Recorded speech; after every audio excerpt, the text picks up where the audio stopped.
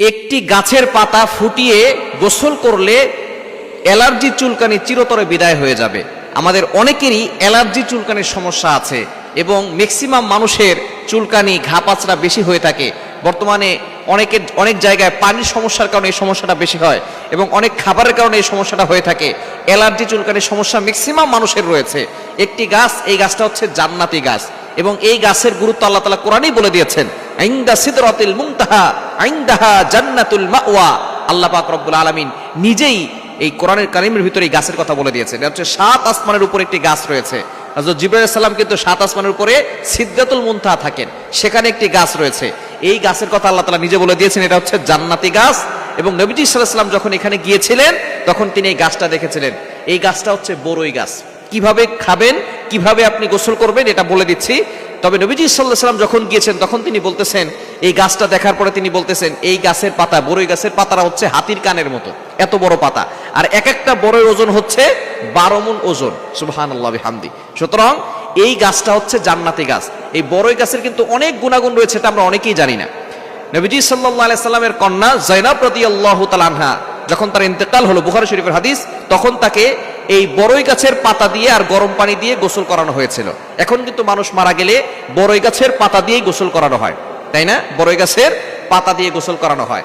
এখন বর্তমান অনেকেই প্রশ্ন করেন, হুজুর এত জিনিস আছে, ভালো ভালো সাবান আছে, বর্তমান আপডেট যুগে অনেক সুন্দর সুন্দর, অনেক ডিজাইনের এবং অনেক ক্লিন করার সাবান বের হয়েছে, সেগুলো দিয়ে গোসল না করে কেন বড়ই পাতার পানি দিয়ে গোসল করানো হয়?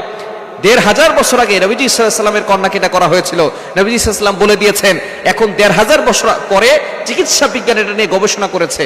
গবেষণা করার পরে দেখে, যখন গরম পানির ভিতরে বড়ই গাছের পাতা দেওয়া হয় তখন ওই পানিটা এতটা ক্লিন হয় এবং এতটা পরিষ্কার পরিচ্ছন্ন হয়, অন্য কোনোভাবে এতটা পরিষ্কার পরিচ্ছন্ন অল্প সময়ের ভিতরে কোনো পানি হতে পারে না। সুতরাং মৃত্যুর যখন কোনো মানুষ ইন্তেকাল করে তখন তাকে এই পানি দিয়ে গোসল করানো হয়। এই 1500 বছর আগে কোনো ল্যাব ছিল না, কোনো টেকনোলজি ছিল না, তখন নবী সাল্লাল্লাহু আলাইহি ওয়াসাল্লাম এই কথা জানিয়ে দিয়েছেন।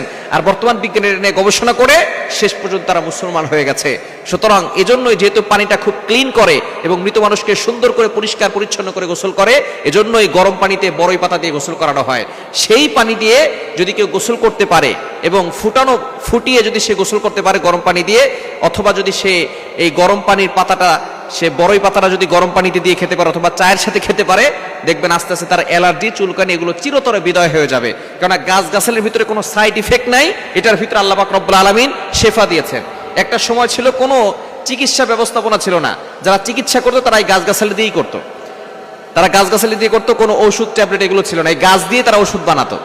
এখন আলহামদুলিল্লাহ তো অনেক সময় চলে আসছে, আর আমরা এই বিভিন্ন ধরনের ওষুধ খাওয়ার কারণে দেখা যাচ্ছে আস্তে আস্তে একটা জিনিস সারে অন্য দিক দিয়ে বড় ধরনের ক্ষতি হয়ে যায়। এজন্য গাছগাছালি দিয়ে যদি চিকিৎসা করতে পারেন তাহলে অনেক বেশি ভালো হবে এবং শরীরে কোনো সাইড এফেক্ট হবে না, পার্শ্ব প্রতিক্রিয়া হবে না, আপনার রোগ আস্তে আস্তে দূর হয়ে যাবে। আল্লাহর প্রতি ভরসা রাখবেন। সুতরাং যাদের অ্যালার্জি আছে, চুলকানি আছে, তারা এই গরম পাতাটাকে, গরম পানি, বড়ই পাতাটাকে গরম পানি দিয়ে ফুটিয়ে তারপরে আপনি কুসুম গরম পানি যখন হবে তখন এটাকে দিয়ে আপনি গোসল করে নেবেন। ইনশাআল্লাহ দেখবেন আপনার চুলকানি, অ্যালার্জি কমে যাবে। এবং মাঝে মধ্যে পাতাটা আপনি ভালো করে ধুয়ে ওটা চিবিয়ে খেতে পারেন। ইনশাআল্লাহ দেখবেন আপনার ভিতর থেকে অ্যালার্জি চুলকানি কমে যাবে ইনশাআল্লাহ।